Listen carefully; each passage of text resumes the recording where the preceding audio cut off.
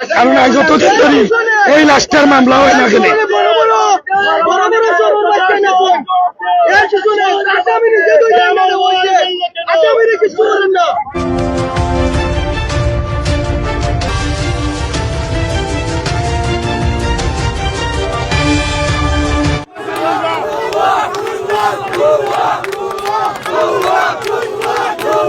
আমার নাম বেলা বিবি, আমি তার নানি। আমরা রবিউল ইসলাম নাইম, হামদ ইসলাম ফাম্পো, হামিদর ফাম্পো দিছিলাম খামো, বুলবুলর উঠেলো তান জায়গা আমি মিয়ার জায়গাও বসি তান বারাটি দিছেন বুলবুলর গেছে, বুলবুলর উঠেলো দিছিলাম আমার নাতি ঘুরে খামো রবিউল ইসলাম নাইম রে।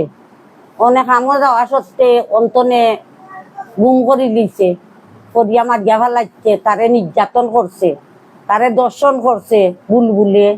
দর্শন করার পরে বাড়িতে আইছে, তার মায়ে কইছে তোর খাবলা কেনে খামরে কেনে বাড়িতে গিয়া মায়ের করছত নি, কইছে না শর্মাইয়া রাগি কাপড় লইয়া বাড়িতে যায়।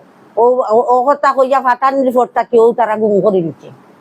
করিয়া এখন তার বাই যায়, বাইরে দেখায় না, বাই যায় বাইরে দেখায় না, কেউ মা যায় মায়ারে দেখায় না। বাদে মামু গেছে, মামুরেও কইছে হে বাগি গেছে, কিনো বলে নাই।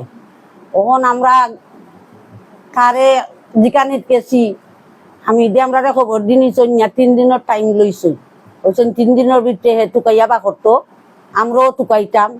ও আমরা সার্চি ফেসবুকও ছবি, আমার ফুয়াইনতে সার্চন ফেসবুকও ছবি সার্চন। বাদে দেখা যায় কুলাউড়া থানার হচ্ছে ফোন দিয়া কইছে আমরা রে এখনো একটা লাশ মিলছে, ছবিও ফাটাইছে।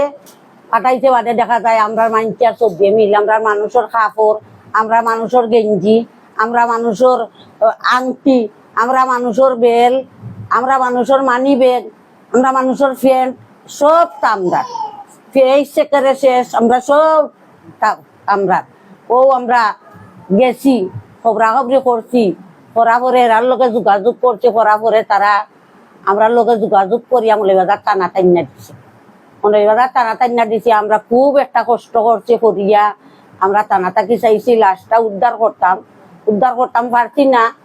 এই দারোগার লাগি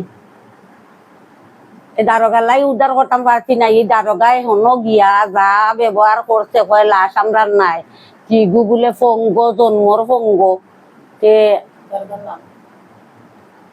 এসআই মামু,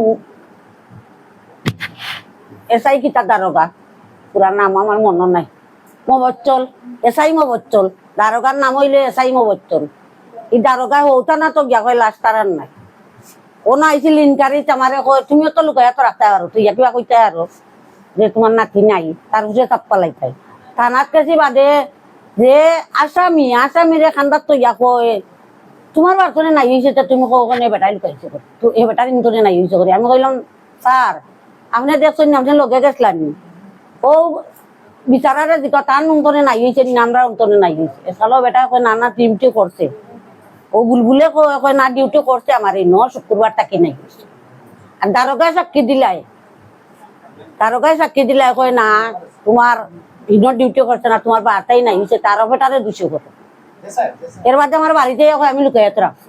তখন আমার নাতি ভাইলাম কিলাম ভিনো মারিয়া নিয়া অন্য বলে এত রাখছে, মারছে মারিয়া নিয়ে অন্য বলে এত রাখছে। তখন আমরা ফেসবুকের মাধ্যমে পাইছি, পাইয়া লাশ আনছি, আনিয়া থানারে জানাইতাম তো আমরা করণীয় থানাত গেছি মামলা করবার লাগে। আমরা মামলা লইছে না, ওই আবে যাবে মাতে এই মাতে কয় আমরা কুলাউড়া তারাতকে ফোন করতাম মামলা করতাম। আর এরা কয় অন্য করতাম, এরার কাছে ফোন দিছে, এরা কয় না তোমার সানাত করতায়। আর ইনো গেলে কয় না ইনো করতায় না, অনো যাও গিয়া অন্য করোগে যাও।